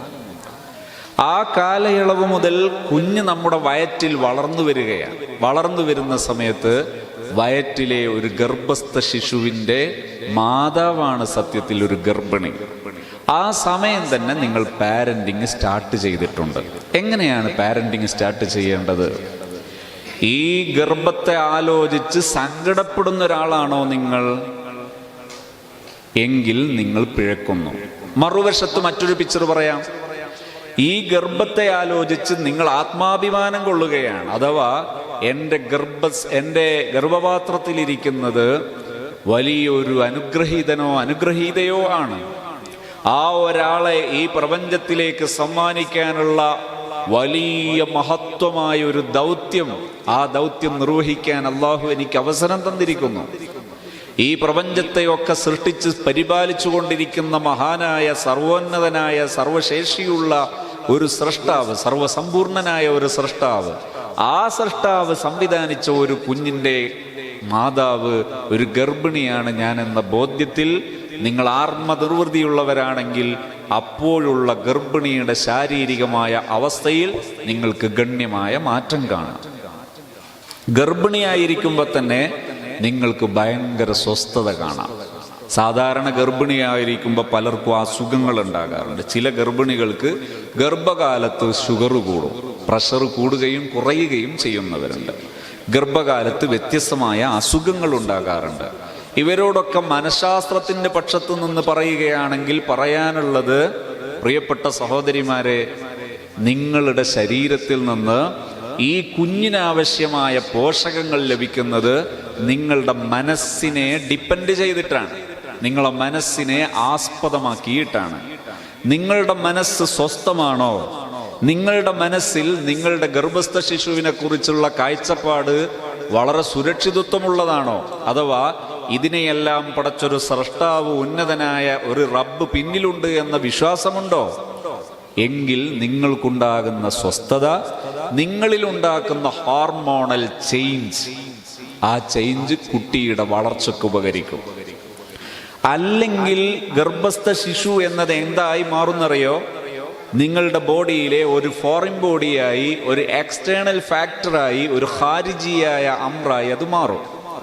അങ്ങനെ മാറിയാൽ നിങ്ങൾക്ക് ഈ ശരീരത്തിൻ്റെ പുറത്തുനിന്നുള്ള വസ്തുവിനോടുള്ള സമീപനം എപ്പോഴും റിജക്റ്റിംഗ് ആണ്, റിമൂവിങ് ആണ്, അതിനെ പുറന്തള്ളലാണ്. അപ്പം എപ്പോഴും വൊമിറ്റിംഗ് ഉണ്ടാകും, ഛർദി ഉണ്ടാകും, അസുഖങ്ങളുണ്ടാകും. അതുകൊണ്ട് തന്നെ ഒരു ഗർഭിണിയായാൽ തൻ്റെ ഗർഭത്തെക്കുറിച്ച് പരിശുദ്ധ ഇസ്ലാം മുന്നോട്ട് വെക്കുന്ന കാഴ്ചപ്പാടൊന്ന് ആലോചിച്ച് നോക്കൂ. നിങ്ങൾ അനുഗ്രഹീതയാണ്. നിങ്ങൾ ഈ സമയത്ത് വലിയ ഉന്നതമായ പ്രതിഫലത്തിൻ്റെ വക്താവാണ്. ഉന്നതമായ തവാബുകൾ, പ്രതിഫലങ്ങൾ കിട്ടുന്ന, വലിയ കൂലിയുള്ള, വലിയ പ്രതിഫലമുള്ള ഒരു സ്വാലിഹായ അമലിൻ്റെ, ഒരു വലിയ സൽക്കർമ്മത്തിൻ്റെ വക്താവാണ് നിങ്ങൾ ഗർഭിണിയായിരിക്കുക എന്ന് പറയുന്നത്. അങ്ങനെ വിശ്വസിക്കുന്നതിൻ്റെ പേരിൽ നിങ്ങളുടെ മനസ്സിലുണ്ടാകുന്ന സ്വസ്ഥത ഒന്ന് ആലോചിച്ച് നോക്കൂ. എന്തുമാത്രം ആത്മാഭിമാനം ഉണ്ടാകും. ഈ ആത്മാഭിമാനം ശരീരം ആ സമയത്ത് അനുഭവിക്കുന്ന പ്രത്യക്ഷമായ വൈയക്തികമായ വയ്യാവേലികൾ, ഒരു അശരണാവസ്ഥ, തീർച്ചയായും അതിന് വലിയ മാറ്റമുണ്ടാകും. എന്ന് മാത്രമല്ല, പ്രസവം എന്ന് പറയുന്ന പ്രക്രിയ, ആ പ്രസവം എന്ന പ്രക്രിയയോട് ശരീരത്തിൻ്റെ പ്രതികരണം ആരോഗ്യകരമായി മാറും നിങ്ങൾക്ക് ഈ കാഴ്ചപ്പാടുണ്ടെങ്കിൽ. കാരണം എന്താ? ഈ പ്രപഞ്ചത്തെ നിങ്ങൾ പരിശോധിച്ച് നോക്കൂ. രാത്രിയാകേണ്ട സമയം രാത്രിയാകുന്നുണ്ട്, പകലാകുന്ന സമയം പകലാകുന്നുണ്ട്. കടല് വേണ്ടിടത്ത് കടലുണ്ട്, കര വേണ്ടിടത്ത് കരയുണ്ട്. കടല് വേണ്ടിടത്ത്, കാട് വേണ്ടിടത്ത് കാടുണ്ട്, നാട് വേണ്ടിടത്ത് നാടുണ്ട്, ആകാശം വേണ്ടിടത്ത് ആകാശമുണ്ട്. ഇങ്ങനെയെല്ലാം ഉള്ളൊരു പ്രപഞ്ചം. നിങ്ങൾ പ്ലാനറ്റോറിയൊക്കെ കണ്ടിട്ടുണ്ടാകുമെന്നാണ് ഞാൻ കരുതുന്നത്. പ്ലാനറ്റോറിയത്തിൽ ഇങ്ങനെ ആകാശം മേൽപോട്ട് നോക്കി അതിൻ്റെ ഈ വിശാലമായ വിഷ്വൽസ്, കാഴ്ചകൾ കണ്ടാൽ മനസ്സിലാകും ഈ പ്രപഞ്ചത്തിൻ്റെ അതിഭംഗിയുള്ള, കൗതുകമുള്ള, അത്ഭുതകരമായ ചലനങ്ങൾ, കൃത്യമായ സഞ്ചാരപഥങ്ങളെ മാത്രം അവലംബിച്ചുകൊണ്ടുള്ള ഓരോ ഗോളത്തിൻ്റെയും ചലനങ്ങൾ, ഇങ്ങനെയൊക്കെ നടത്തുന്നൊരു റബ്ബ്, ആ റബ്ബിൻ്റെ ഉടമസ്ഥതയിലാണ് എൻ്റെ വയറ്റിലെ കുഞ്ഞും.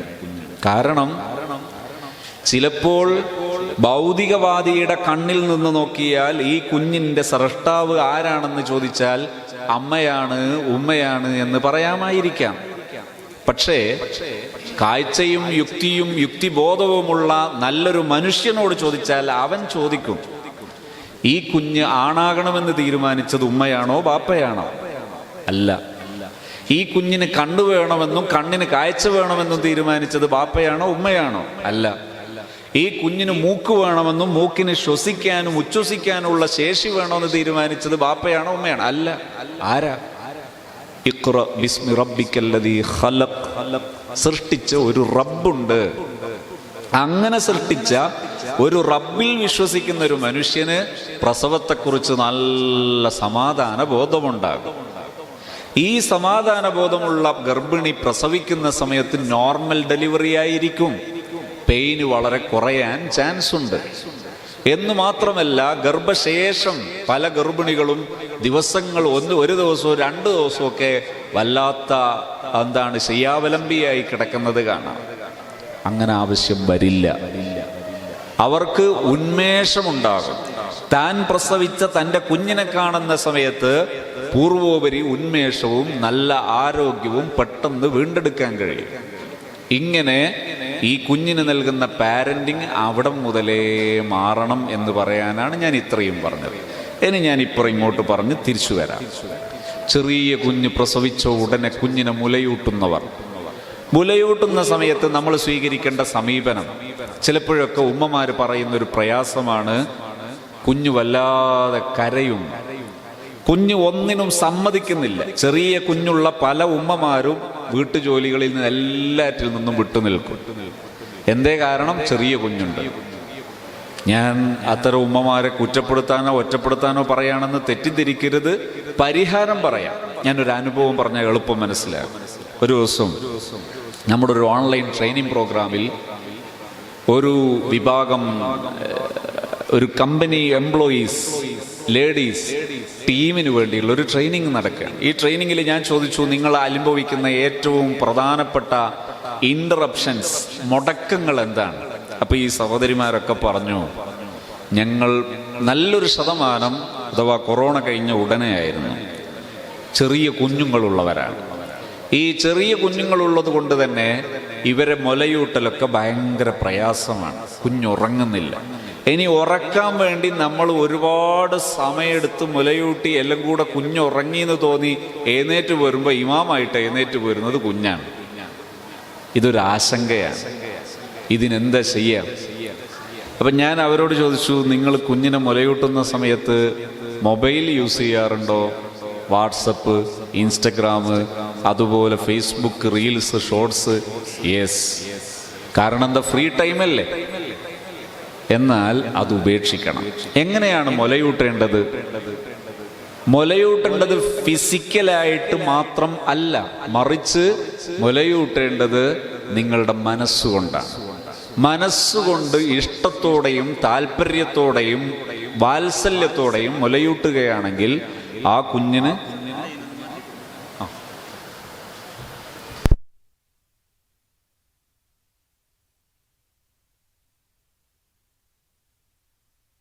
ഈ സുഹൃത്ത്, ഈ അധ്യാപകൻ വലിയ ആത്മാഭിമാനം പറയാറുള്ളതാണ് മക്കളെക്കുറിച്ച്. എൻ്റെ മക്കളും ഞാനും തമ്മിൽ ഭയങ്കര സംഭവമാണ് എന്നും മക്കളെ ഞാൻ പരിപാലിച്ചു കൊണ്ടിരിക്കുന്നത് ഭയങ്കര സംഭവമായിട്ട് ആണ് എന്നൊക്കെ അവതരിപ്പിക്കാറുള്ള ആ മനുഷ്യൻ്റെ അന്തർധാര ഇങ്ങനെയാണ് എന്നറിഞ്ഞപ്പോഴുള്ള ഒരു തരം മാനസികാവസ്ഥ. ഈ മാനസികാവസ്ഥ ഒന്ന് ഷെയർ ചെയ്യണമെന്ന രീതിയിൽ തൻ്റെ അധ്യാപകനായ സുഹൃത്തിനെ അദ്ദേഹം പ്രത്യേകം വിളിച്ചുകൂട്ടിയിട്ട് ചോദിച്ചു, നിങ്ങൾ മക്കളോട് എങ്ങനെയാണ്? വളരെ ഗംഭീരമായി മുന്നോട്ട് പോകുന്നു. മക്കൾക്ക് നിങ്ങളോടോ? അങ്ങനെ തന്നെയാണ്. അദ്ദേഹം പറഞ്ഞു, ഞാൻ ഇന്ന് വീട്ടിൽ വന്നപ്പോൾ ഞാൻ ചോദിച്ചു, അച്ഛൻ എവിടെ പോയി? മക്കൾ മറു ചോദ്യമായി ചോദിച്ചത് ഹിറ്റ്ലറോ എന്നാണ്. ആ സമയത്ത് ഞാൻ ചോദിച്ചു, മക്കളെ നിങ്ങൾക്ക് എന്തുകൊണ്ടാണ് ഈ അച്ഛനെക്കുറിച്ച്, ഈ പിതാവിനെക്കുറിച്ച് ഹിറ്റ്ലറോ എന്ന് ചോദിക്കേണ്ടി വന്നത്? മക്കളുടെ ഉത്തരം എന്താണെന്നറിയാം? ഞങ്ങളുടെ ആവശ്യം അറിഞ്ഞ് ഞങ്ങളോട് പെരുമാറാൻ ഞങ്ങളെ പിതാവിന് കഴിയുന്നില്ല. അദ്ദേഹത്തിന് ആവശ്യം ഞങ്ങളെയല്ല, മറിച്ച് ഞങ്ങൾക്ക് കൂടെ ചേർത്താനുള്ള ചില പ്രത്യേക പ്രശസ്തികളാണ് അദ്ദേഹത്തിന് ആവശ്യം. ഞങ്ങളുടെ മനസ്സെന്താണെന്നറിയാൻ അദ്ദേഹത്തിന് പറ്റിയിട്ടില്ല. അദ്ദേഹം ഞങ്ങളെ ഇത്ര ക്രൂരമായി സമീപിച്ചു കൊണ്ടിരിക്കുകയാണ്. ഇവിടെ സദസ്സിൽ ഞാനിത് അവതരിപ്പിച്ച സ്വാഭാവികമായും രക്ഷിതാക്കളുടെ മനസ്സിലൊരു ഉണ്ടാകണം. എന്താണ് ആ ചോദ്യം? അല്ല പിന്നെ മക്കൾ പഠിക്കണ്ടേ? മക്കൾ ഉഷാറാകണ്ടേ? മക്കൾ ഉഷാറാകാൻ വേണ്ടി നമ്മൾ ഇങ്ങനെയൊക്കെ ചെയ്യേണ്ടി വരില്ലേ എന്നൊരു ചോദ്യം ഉണ്ടാകും. അവിടെ എൻ്റെ പരിഹാരം ഉദ്ദേശിക്കുന്നവർക്ക് മാത്രമുള്ള ഒരു പരിഹാര നിർദ്ദേശം എന്താണെന്നറിയോ? നിങ്ങൾ നിങ്ങളെ മക്കളോട് ഈ സമയത്ത് സ്വീകരിക്കേണ്ട സമീപന രീതി ക്വാളിറ്റി ടൈം എന്നതാണ്. എന്താണ് ക്വാളിറ്റി ടൈം? ഇപ്പം ഞാൻ വിശദമായൊന്നും പറയുന്നില്ല, വളരെ ചുരുങ്ങിയ സമയം സംസാരിക്കാൻ പറ്റുന്ന ഏതാനും ചില കാര്യങ്ങൾ മാത്രമാണ് പറയുന്നത്. ഇതേ മക്കളോട് പിതാവ് ചോദിക്കുന്നു, അച്ഛൻ ചോദിക്കുന്നു, മക്കളെ നിങ്ങൾക്ക് ആകണം, അതിന് നിലവിലുള്ള ക്ലാസിൻ്റെ നിലവാരം എന്താണ്? നിങ്ങളുടെ ഫീലിംഗ് എന്താണ്? അവിടെ നിങ്ങൾ സംതൃപ്തരാണോ? അതല്ല ഏതെങ്കിലും തരത്തിലുള്ള ഒരു പ്രയാസം നിങ്ങൾ നേരിടുന്നതുണ്ടോ? ഉണ്ടെങ്കിൽ അതിൽ ഞാൻ ഏത് രീതിയിലാണ് മക്കളെ സഹായിക്കേണ്ടത്? ഇങ്ങനെ ഈ മക്കളോട് ചോദിച്ചിരുന്നെങ്കിൽ, മക്കളുടെ കൂടെ ഇരുന്ന് മക്കൾ പറയുന്നത് കേൾക്കാനുള്ളൊരു മനസ്സുണ്ടായിരുന്നെങ്കിൽ ആ മക്കൾ സംസാരിക്കുമായിരുന്നു. ഉന്നതങ്ങളിലെത്താൻ ആവശ്യമായ നടപടിക്രമങ്ങളും സമീപന രീതികളും പഠന രീതികളെല്ലാം ഈ മക്കൾ തന്നെ ആവിഷ്കരിക്കുമായിരുന്നു. അങ്ങനെയാകുമ്പോൾ മക്കൾക്ക് മനസ്സമാധാനം ഉണ്ടാകും, മക്കൾ ഉന്നതരാകും, മക്കൾ ഉഷാറാകും. ഇത് ഞാൻ പറയുമ്പോൾ ബോധ്യപ്പെടാൻ ചില കാര്യങ്ങൾ കൂടി വേണം. അതെന്താ? മക്കൾ വലുതായി 8ാം ക്ലാസ്സിലും 10ാം ക്ലാസ്സിലും എത്തിയിട്ട് തുടങ്ങേണ്ട സംഭവമല്ല പഠനവും രക്ഷിതാവും മക്കളും തമ്മിലുള്ള ബന്ധമൊന്നും. എവിടെ നിന്ന് തന്നെ തുടങ്ങണം? കുഞ്ഞുനാളിലേ തുടങ്ങണം. കുഞ്ഞുനാളിലേ തുടങ്ങണം എന്ന് പറഞ്ഞാലോ, ചെറിയ ഒരു കുഞ്ഞ് ജനിച്ചു വീഴുന്ന സമയം ഈ കുഞ്ഞിനോട് മാതാവിന് പിതാവിന് ഉള്ള റിലേഷൻ എങ്ങനെയായിരിക്കണം? അത് പറയുമ്പോൾ കുറച്ചുകൂടി മുന്നോട്ട് കടന്ന് പറയണം. ഞാൻ ഈ എൻ്റെ സദസ്സിലുള്ള ബഹുമാന്യരായ രക്ഷിതാക്കളോട്, പ്രത്യേകിച്ച് സഹോദരിമാരോട് ഞാൻ ചോദിക്കുന്നു, നിങ്ങൾക്ക് നിങ്ങളുടെ ദാമ്പത്യ ജീവിതത്തെക്കുറിച്ചുള്ള അനുഭവവും കാഴ്ചപ്പാടും എന്താണ്? 2 ഉത്തരമുണ്ടാകാം. ഒന്ന്, ഐ ആം സാറ്റിസ്ഫൈഡ്, അന മർലി, അന റാദിയത്തു, ഞാൻ തൃപ്തയാണ്, ഞാൻ തൃപ്തനാണ്. രണ്ടാമത്തത്, ഞാൻ വളരെ വിഷമത്തിലും സങ്കടത്തിലുമാണ്. നിങ്ങളുടെ ദാമ്പത്യ ജീവിതം നിങ്ങൾക്ക് ഇഷ്ടമാണോ? നിങ്ങൾക്ക് അംഗീകൃതമാണോ? നിങ്ങൾക്ക് സ്വീകാര്യമാണോ? നിങ്ങൾക്ക് കബൂലാണോ? ആക്സെപ്റ്റഡ് ആണോ? എന്താണ് എന്ന് നിങ്ങൾ ചോദിക്കണം. അവിടെ വിവാഹ ജീവിതത്തെ അതൊരു ധന്യമായ ജീവിതോത്തരവാദിത്വമാണ് എന്ന ബോധ്യത്തോടെ ഏറ്റെടുക്കുന്ന, ലോകത്തെ ഏറ്റവും വലിയ മാനുഷിക മൂല്യമാണ് എന്ന ആ ഒരു ബോധ്യത്തിലാണ് നിങ്ങൾ വിവാഹ ജീവിതത്തെ ഏറ്റെടുക്കുന്നതെങ്കിൽ നിങ്ങൾ ശരിയാണ്, അല്ലെങ്കിൽ നിങ്ങൾ മറ്റൊന്നാണ്. വിവാഹ ജീവിതത്തിലേക്ക് കടക്കുമ്പോഴുണ്ടാകുന്ന ഉത്തരവാദിത്വങ്ങൾ, ഈ ഉത്തരവാദിത്വങ്ങളെയും അവിടെ നിങ്ങൾ നിർവഹിച്ചു കൊണ്ടിരിക്കുന്ന ജീവിതത്തിൻ്റെ ഓരോ ഭാഗങ്ങളെയും അതൊരു ജീവിത കലയാണ്. ആ ജീവിത കലയെ ഒരു ഉത്തരവാദിത്വമായി സ്വയം സ്വീകരിച്ചത് മുന്നോട്ട് കൊണ്ടുപോകാനുള്ള മനസ്സ് നിങ്ങൾക്കുണ്ടോ? നിങ്ങൾ വലിയ ശരിയാണ്. ഞാൻ ചെറിയൊരു വാക്കിലത് പറഞ്ഞ് തിരിച്ചു വരാം. വിവാഹത്തിലേക്ക് കടക്കാൻ വേണ്ടി പലരോടും ഇന്ന് രക്ഷിതാക്കൾ സമ്മതം ചോദിക്കുമ്പോൾ, പ്രത്യേകിച്ച് സഹോദരിമാർക്ക്, പെൺകുട്ടികൾക്ക് പറയാനുള്ള ഉത്തരം നോ, ഇപ്പൊ വേണ്ട എന്നാണ്. ഇപ്പൊ വേണ്ട എന്ന് പറയുന്നതിന് 2 തരത്തിൽ ഉത്തരം, 2 തരത്തിൽ കാരണമാകുന്നുണ്ട് ആ ഉത്തരത്തിന്. ഒന്ന്, കുറച്ചും കൂടിയൊക്കെ ഒന്ന് ആസ്വദിക്കട്ടെ, കുറച്ചും കൂടി ആസ്വദിക്കട്ടെ എന്ന് പറയുന്നതിൻ്റെ അർത്ഥം എന്താ? ഒന്നുകൂടി മനസ്സിലാക്കാൻ ഞാനൊരു അനുഭവം ചേർത്ത് പറയട്ടെ. കഴിഞ്ഞ ദിവസം ഞാനൊരു യാത്രയിൽ എൻ്റെ കൂടെയുള്ള ഒരു സുഹൃത്ത്, അദ്ദേഹം എന്നോട് പറഞ്ഞു, അദ്ദേഹത്തിൻ്റെ ഒരു സുഹൃത്ത് കല്യാണം, നിക്കാഹ് ചെയ്യുകയോ വിവാഹം ഉറപ്പിക്കുകയോ ചെയ്തു. ചടങ്ങ് കഴിഞ്ഞിട്ട് 1 വർഷം കഴിഞ്ഞിട്ടാണ് കല്യാണം നടക്കുന്നത് എന്ന് തീരുമാനിച്ചു. അപ്പം അദ്ദേഹത്തിൻ്റെ ഭാര്യ പറഞ്ഞു, നമുക്കും അങ്ങനെ ആയാൽ മതിയായിരുന്നു. അദ്ദേഹത്തിൻ്റെ ഭാര്യ അദ്ദേഹത്തോട് പറഞ്ഞു പോലും, നമുക്കും അങ്ങനെ ആയാൽ മതിയായിരുന്നു എന്ന് പറഞ്ഞാൽ, നിങ്ങൾക്ക് ഇപ്പോഴുള്ള ദാമ്പത്യ ജീവിതം ഒരിക്കലും തൃപ്തികരമല്ല. അതൊരു ഭാരമാണ്, ഒരു പാരയാണ് എന്ന് നിങ്ങൾക്ക് തോന്നുന്നുണ്ടെങ്കിൽ നിങ്ങൾ വലിയ ഒരു പിശകിലകപ്പെട്ടിരിക്കുന്നു. ദാമ്പത്യ ജീവിതത്തിന് വേണ്ടി നോ പറയുന്ന സഹോദരിമാർക്ക് ഉത്തരം പറയാൻ, ഇങ്ങനൊരു നോ പറയാനുള്ള ഒരു കാരണം എന്താണ്? കുറച്ചുകൂടി ആസ്വദിക്കട്ടെ. വിവാഹ ജീവിതം, ദാമ്പത്യ ജീവിതം എന്ന് പറയുന്നത് അതൊരു വലിയ ഭാരമാണ്, അസഹനീയമാണ്.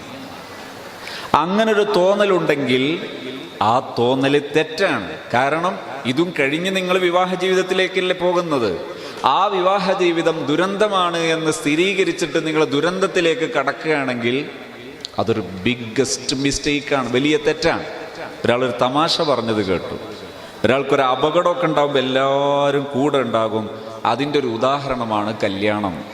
കാരണം കല്യാണം കഴിക്കുമ്പോൾ എല്ലാവരും കൂടെ ഉണ്ടാവുമല്ലോ. അതൊരു തെറ്റാണ്, ശരിയല്ല. വിവാഹം എന്ന് പറയുന്നത് എന്താണ് എന്നതിനെക്കുറിച്ചൊരു ബോധ്യമുണ്ടാകണം. രണ്ടാമത്തൊരു സംഭവം കൂടെ പറയാം. അതായത് നോ പറയാനുള്ള കാരണം രണ്ടാമത്തത് എന്താണെന്നറിയോ?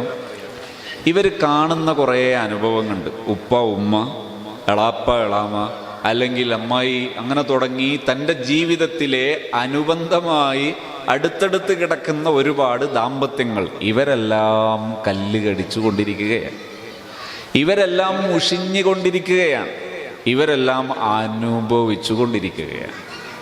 അതുകൊണ്ട് വയ്യ. ഇതാണ് മറ്റൊന്ന്. ഇതിന് സൊല്യൂഷനായി കാണുന്ന മറ്റൊരു കൗതുകമുണ്ട്, അതും കൂടി പറയാം. ഈ അടുത്തൊരാൾ പറഞ്ഞു, ഞാൻ വിവാഹത്തിലേക്കില്ല. ഞാൻ വിവാഹത്തിലേക്ക് എപ്പോഴേ വരുള്ളൂ എന്നറിയോ? ഒരു പോസ്റ്റ് ഗ്രാജുവേറ്റ് ഒക്കെ കഴിഞ്ഞ് ഒരു ജോലി കിട്ടിയിട്ടേ ഞാൻ കല്യാണത്തിനുള്ളൂ എന്ന് ഒരു പെൺകുട്ടി പറയും. അതെന്തേ കാരണം? അവർ പറഞ്ഞു, സ്വന്തം കാലിൽ നിൽക്കണം, സ്വന്തമായ ഒരു പ്രൊഫൈല് വേണം. അഥവാ ഞാൻ ഇന്ന ആളുടെ മകളാണ് എന്ന profile I am not satisfied, ഞാൻ അതിൽ സംതൃപ്തയല്ല.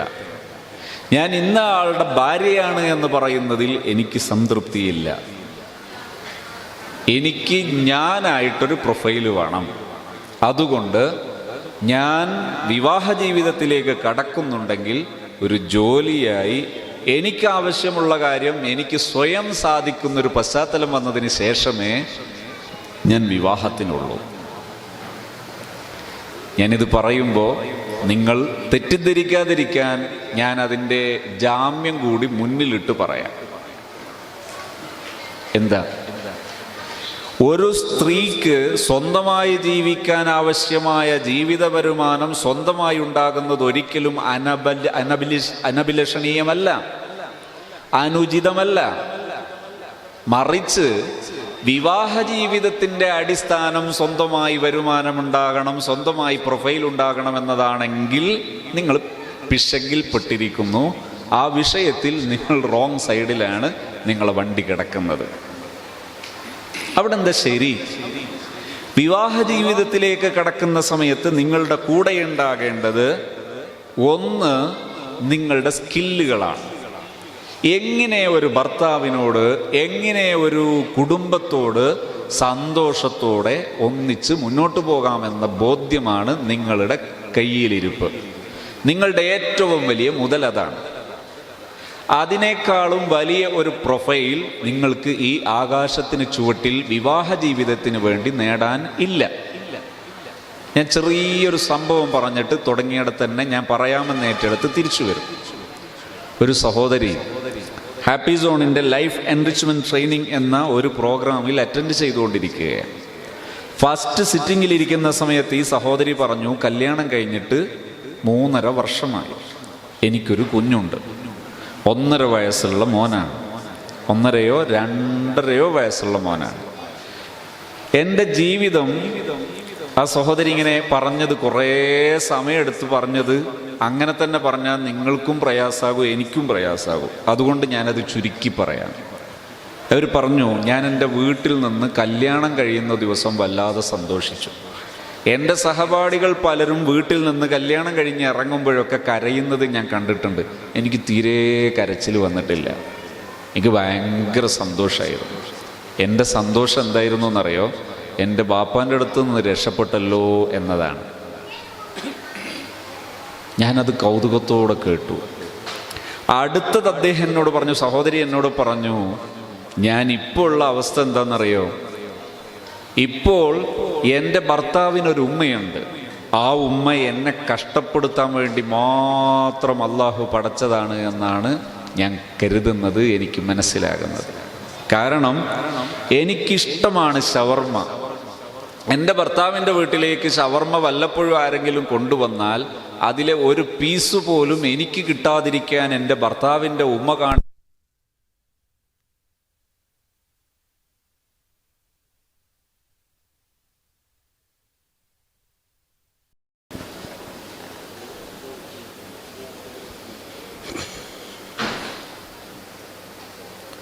السلام عليكم ورحمة الله وبركاته. أعوذ بالله من الشيطان الرجيم. بسم الله الرحمن الرحيم. الحمد لله رب العالمين. اللهم صل وسلم وبارك على سيدنا محمد وعلى آل سيدنا ومولانا محمد. ബഹുമാന്യരായ പണ്ഡിതന്മാർ, പ്രിയപ്പെട്ട നേതാക്കൾ, ബഹുമാന്യരായ സഹോദരന്മാരെ, സഹോദരിമാരെ, വളരെ സന്തോഷകരമായ നല്ലൊരു ഒത്തുചേരലാണ് ഇന്നിവിടെ നടന്നുകൊണ്ടിരിക്കുന്നത്. മീലാദ് ക്യാമ്പയിനിൻ്റെ വ്യത്യസ്ത പ്രോഗ്രാമുകളുടെ ഒരു സമാപന സംഗമം കൂടിയാണ് ഈ വേദി. അല്ലാഹു മനുഷ്യന് നൽകിയ വലിയ അനുഗ്രഹമാണ് നമ്മുടെ ജീവിതം. ഈ ജീവിതം വളരെയേറെ സന്തോഷത്തോടെയും അതിലേറെ സമാധാനത്തോടെയും ജീവിക്കാനുള്ളതാണ്. മനുഷ്യൻ്റെ ജീവിതത്തിന് വ്യത്യസ്തമായ അനുഭവ തലങ്ങളുണ്ടാവുക എന്നത് സ്വാഭാവികമാണ്. എല്ലാവരുടെ ജീവിതത്തിനും ജീവിതത്തിൻ്റെ എല്ലാ സമയങ്ങളും ഒരുപോലെ ആയിക്കൊള്ളണം എന്നില്ല. കയറ്റവും ഇറക്കവും, വർധനവും കുറവും, ഇങ്ങനെ ജീവിതത്തിൻ്റെ അനുഭവങ്ങളിൽ എല്ലായിടങ്ങളിലും ഉണ്ടാകും. അപ്പോഴെല്ലാം നമുക്ക് ലഭ്യമാണ്, നമുക്ക് സാധ്യമാണ് സന്തോഷമുള്ള ജീവിതം, സമാധാനമുള്ള ജീവിതം. അതിന് പക്ഷേ നമുക്ക് ചില ബോധ്യങ്ങൾ നമ്മുടെ കൂടെ ഉണ്ടാകണമെന്ന് മാത്രം. ഇതിൽ മനുഷ്യൻ്റെ ജീവിതം ഒരു ഉത്തരവാദിത്വമായി ഏറ്റെടുത്ത് മുന്നോട്ട് പോകുമ്പോൾ നാം ഏറ്റവും കൂടുതൽ ഏറ്റെടുക്കേണ്ട ഒരു ഉത്തരവാദിത്വമാണ് പാരൻറ്റിങ് എന്നത്. എൻ്റെ സദസ്സിലുള്ളവരിൽ നല്ലൊരു ശതമാനം രക്ഷിതാക്കളാണ് എന്നാണ് ഞാൻ മനസ്സിലാക്കുന്നത്. ഒരു രക്ഷിതാവ് എന്നത് ഒരു ഉത്തരവാദിത്വമാണ്. ആ ഉത്തരവാദിത്വ നിർവഹണം എന്നത് വളരെ ഗൗരവമുള്ളൊരു വിഷയമാണ്. അതുപോലെ വളരെ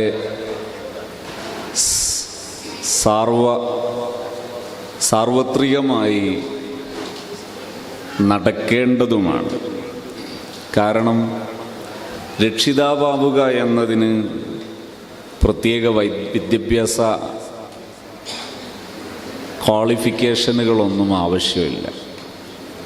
അതുകൊണ്ട് തന്നെ ഏത് തലത്തിലുള്ളവർക്കും സാധ്യമാകേണ്ട ഒന്നാണ് പാരൻറ്റിങ് എന്ന് പറയുന്നത്. പാരൻറ്റിങ് നേരെയാകുമ്പോൾ ഒരു നാടിൻ്റെ തന്നെ ദിശ നിർണയിക്കപ്പെടാൻ അത് കാരണമാകും. നമ്മുടെ മക്കൾ നന്നാവുക എന്നത് നമ്മളെല്ലാവരുടെയും അഭിലാഷമാണ്. മക്കൾ നന്നാകാൻ നമുക്ക് ഏതെങ്കിലും ഔദ്യോഗിക ഭൗതിക വിദ്യാഭ്യാസ നിലവാരങ്ങൾ അത് ഉണ്ടായിക്കൊള്ളണം എന്ന് പ്രത്യേകിച്ച് നിർബന്ധമൊന്നുമില്ല. ഉണ്ടാകേണ്ട പ്രധാനപ്പെട്ട ചില ക്വാളിറ്റികളുണ്ട്. അത് മനസ്സിലാക്കാൻ ഞാൻ എൻ്റെ ചെറിയൊരു അനുഭവം പറഞ്ഞുകൊണ്ട് തുടങ്ങാം.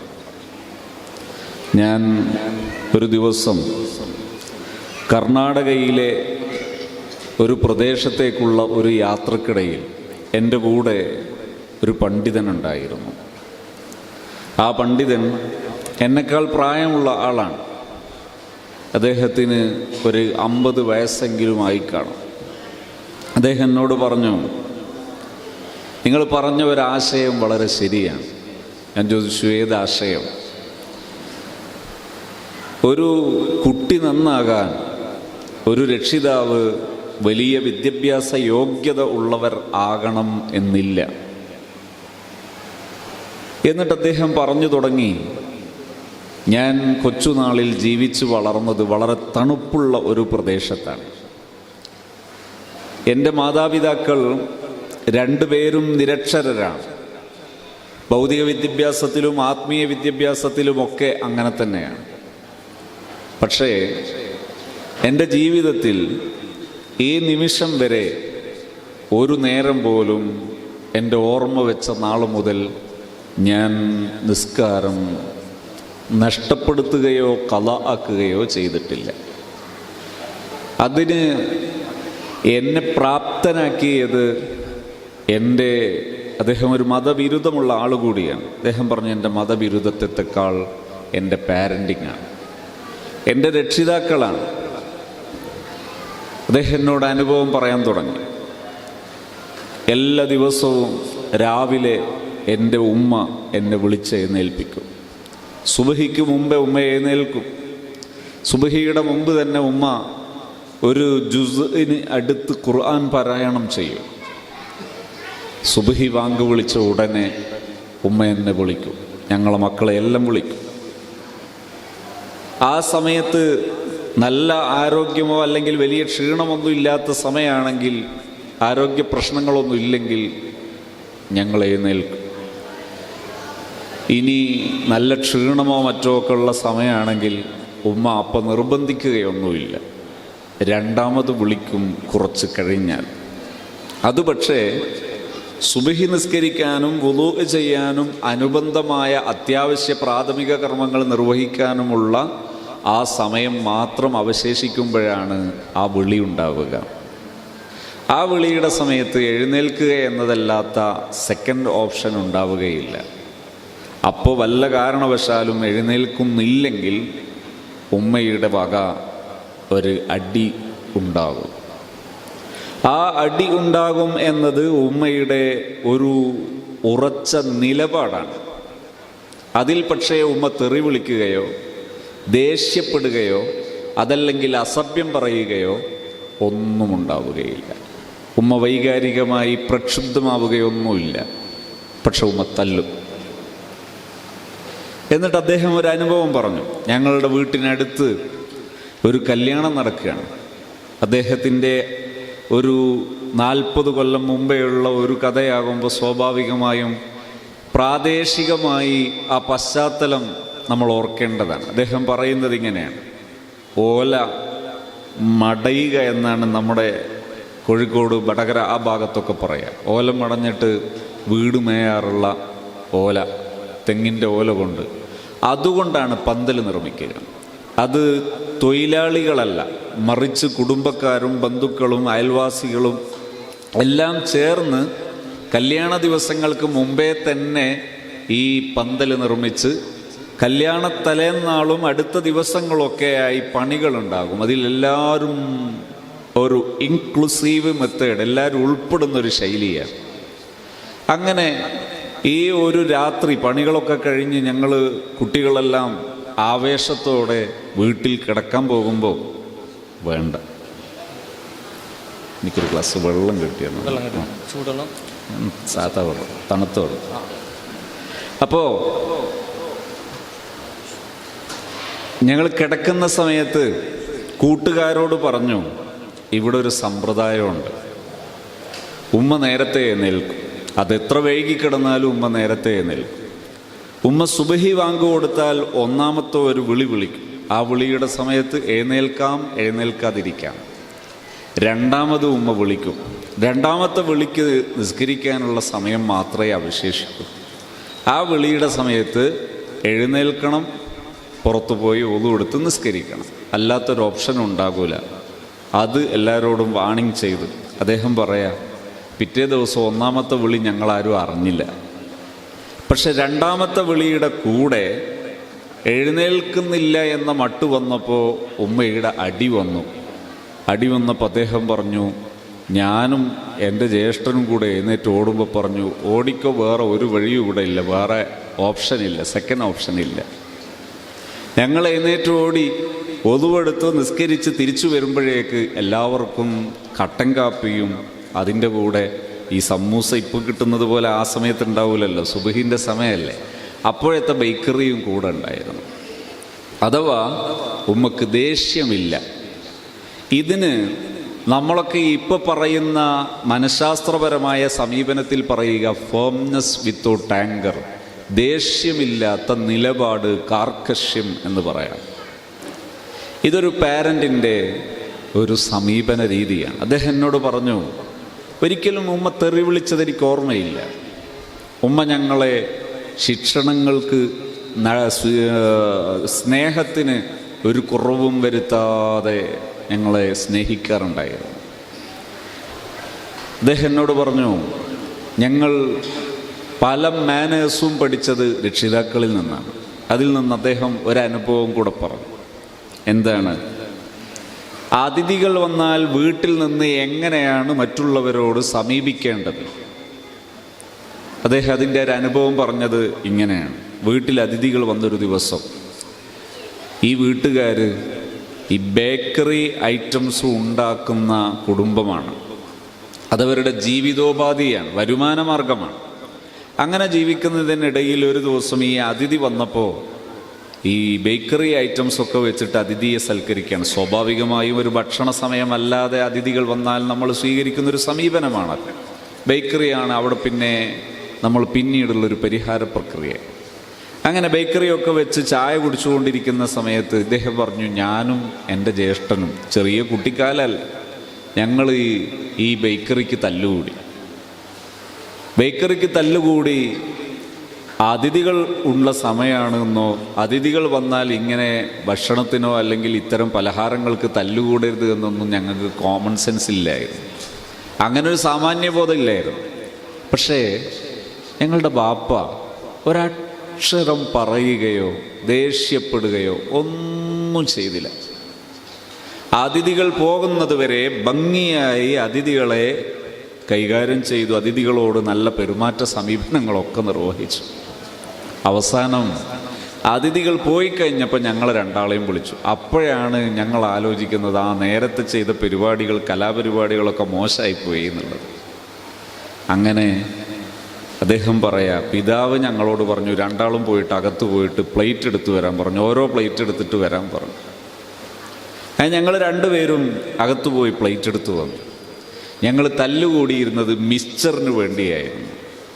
ഈ മിക്സ്ചർ ഞങ്ങൾ രണ്ടാളുടെ പ്ലേറ്റിൽ ഇട്ടു, നിറയെ ഇട്ടതിന് ശേഷം ബാപ്പയുടെ ഇൻ്റർവ്യൂ. ഇത് ഈ വീട്ടുകാരുണ്ടാക്കിയതാണ്, ഇത് നമ്മൾ എന്തിനുണ്ടാക്കിയതാണ് എന്നാണ് ചോദ്യം.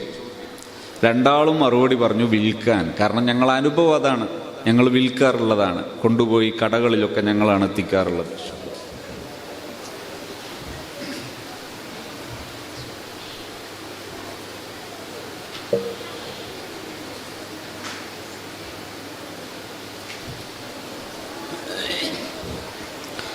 അപ്പോൾ വാപ്പ പറഞ്ഞു, അല്ല, വിൽക്കാനല്ല. ചോദ്യം ഒന്നാമത്തെ തന്നെ വാപ്പ വീണ്ടും ആവർത്തിച്ചു. ഉത്തരം ഇവർക്കറിയാവുന്നത് ആദ്യത്തെ ഉത്തരമായതുകൊണ്ട് അതന്നെ അവർ വീണ്ടും പറഞ്ഞു. മൂന്നാമതും ചോദ്യം ഉണ്ടായി, ഉത്തരം ഉണ്ടായി. അപ്പോൾ വാപ്പ പറഞ്ഞു, ഇത് വിൽക്കാനുണ്ടാക്കിയതല്ല, നിങ്ങൾക്ക് കഴിക്കാൻ, ഭക്ഷിക്കാനുണ്ടാക്കിയത്. നിങ്ങൾ കഴിച്ചതിന് ശേഷം ബാക്കിയുണ്ടെങ്കിൽ വിൽക്കാനുണ്ടാക്കിയതാണ്. അദ്ദേഹം പറയാണ്, ഞാൻ അതിന് ശേഷം വീട്ടിൽ അതിഥികൾ വന്നാൽ എങ്ങനെ പെരുമാറണം എന്നതിനെക്കുറിച്ച് എനിക്ക് മറ്റൊരു ക്ലാസിൻ്റെ ആവശ്യം വന്നിട്ടില്ല. ചിലപ്പോഴൊക്കെ ഞാൻ ആലോചിക്കാറുണ്ട്, ഇതിൻ്റെ ഒരു ലോജിക്ക് ആലോചിക്കുന്ന സമയത്ത് ഇങ്ങനെ പറഞ്ഞാലൊരു മക്കൾ എങ്ങനെയാണ് മാനേഴ്സ് പഠിക്കൽ. പക്ഷേ പ്രായോഗികത അങ്ങനെയാണ്. മനഃശാസ്ത്രവും അപ്ഡേറ്റഡ് സൈക്കോളജിയും പറയുന്നത് അങ്ങനെയാണ്. ഹബീബായ റസൂലുള്ളാഹി സ്വല്ലല്ലാഹു അലൈഹി വസല്ലമ തങ്ങളുടെ മാർഗനിർദ്ദേശങ്ങൾ പരിശോധിച്ചാലും അങ്ങനെ തന്നെയാണ്. അക്രിമൂ ഔലാദക്കും, നിങ്ങളെ മക്കളോട് വളരെ ബഹുമാന്യമായി പെരുമാറി നോക്കൂ, സമീപിച്ചു നോക്കൂ. മക്കളിൽ നല്ല മാറ്റങ്ങൾ കാണാം. അത് പക്ഷേ കുഞ്ഞുനാൾ മുതലേ സമീപനങ്ങൾ നന്നാകണം. പാരൻറ്റിങ് എന്നത് വളരെ എളുപ്പമുള്ളതാണ് എന്നും വലിയ അക്ഷരാഭ്യാസങ്ങളുടെ പേരിൽ പേരിൻ്റെ കൂടെ അക്ഷരങ്ങൾ ചേർത്ത് വെക്കാനുള്ള യോഗ്യതകളൊന്നുമില്ലെങ്കിലും ഒരാൾക്ക് പാരൻറ്റിങ് എന്നത് ഭംഗിയായി നിർവഹിക്കാൻ പറ്റും. ഇനി നിങ്ങളുടെ പേരിൻ്റെ കൂടെ ചേർത്ത് വെക്കാൻ ധാരാളം അക്ഷരങ്ങൾ കിട്ടിയാൽ പോലും നിങ്ങൾക്ക് ഈ വിഷയം അവെയറല്ലെങ്കിൽ, ബോധ്യം ഇല്ലെങ്കിൽ, അങ്ങനൊരു ബോധവും സംസ്കാരവും നിലപാടും അങ്ങനൊരു സ്കില്ലും ഇല്ലെങ്കിൽ നിങ്ങൾ എത്ര വിദ്യാഭ്യാസം ഉണ്ടായാലും നിങ്ങൾ നരകിക്കും.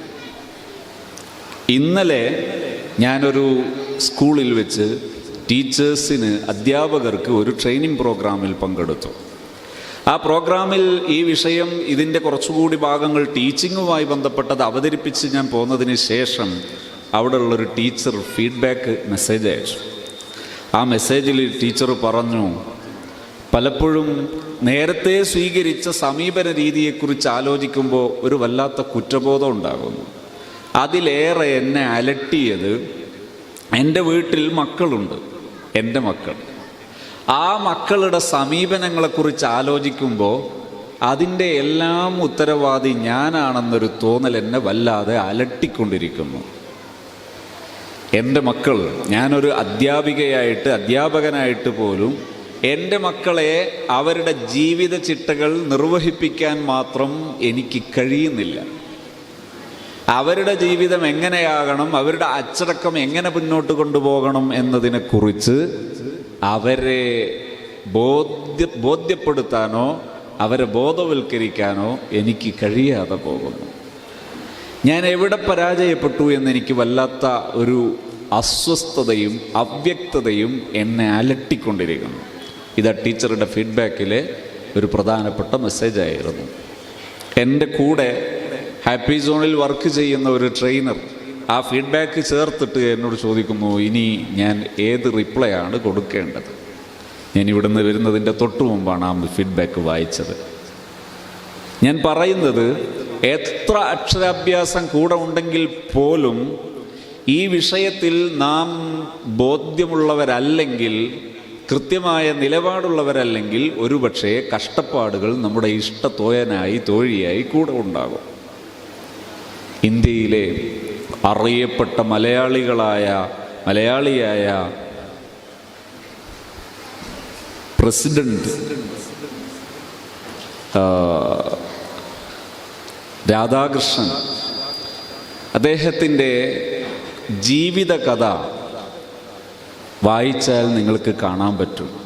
ഇല്ലായ്മകളുടെ പേരിൽ, ഒരു നേരത്തെ ആഹാരം കൊടുക്കാൻ പ്രയാസമായതിൻ്റെ പേരിൽ അയൽ വീടുകളിൽ ജോലിക്ക് പോയിട്ട് അതിന് കിട്ടുന്ന വേതനമായ ഭക്ഷണം, ആ ഭക്ഷണം കൊണ്ട് മകനെ വളർത്തേണ്ട കുടുംബ പശ്ചാത്തലത്തിൽ വളർന്ന തൻ്റെ മകൻ, ആ മകൻ ഒരു ലോകരാജ്യങ്ങളിൽ ശ്രദ്ധിക്കപ്പെടുന്നൊരു രാജ്യത്തിൻ്റെ ഏറ്റവും ഉന്നത പൗരനാകുന്നിടത്ത് എത്താനുള്ള കാരണങ്ങൾ പഠിച്ചു നോക്കിയാൽ അതിൻ്റെ പിന്നിൽ പാരൻറ്റിങ്ങിൻ്റെ വലിയൊരു സ്വാധീനം കാണാം.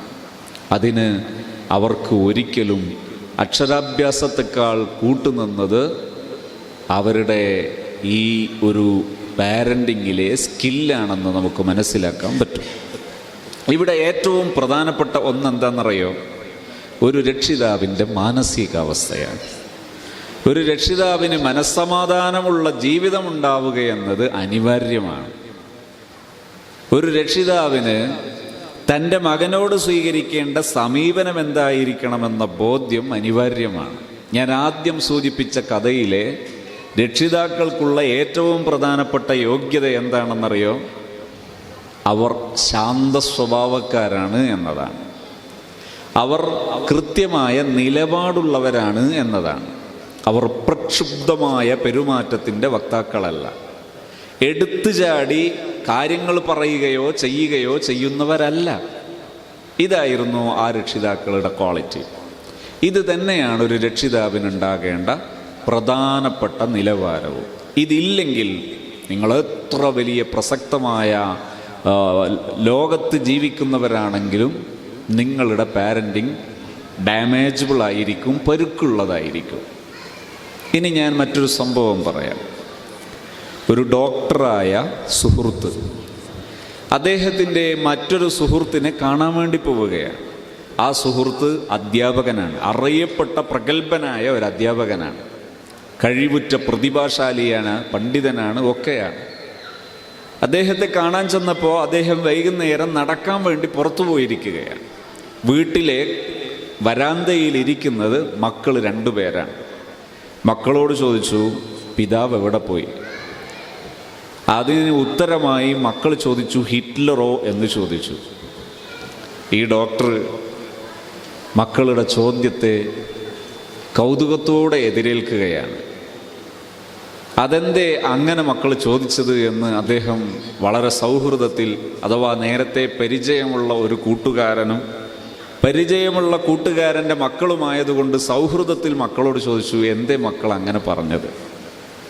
പിതാവിനെക്കുറിച്ച്, സ്വന്തം ഫാദറെക്കുറിച്ച് എന്തുകൊണ്ടാണ് ഹിറ്റ്ലറോ എന്ന് ചോദിച്ചത്? അതിൻ്റെ ഉത്തരം ഇങ്ങനെയായിരുന്നു, നിങ്ങൾ കണ്ടില്ലേ ഞങ്ങളെ 2 പേരെ ഇവിടെ ഇങ്ങനെ പിടിച്ചു നിർത്തിയിട്ട് പോയിരിക്കുന്നത്, ഞങ്ങൾക്കും ഉണ്ട് കളിക്കാനും നടക്കാനൊക്കെ ഒരു പൂതി. ഈ ഡോക്ടർ കുറേ സമയം ആലോചിച്ചു. കാരണം എന്താ? എപ്പോഴും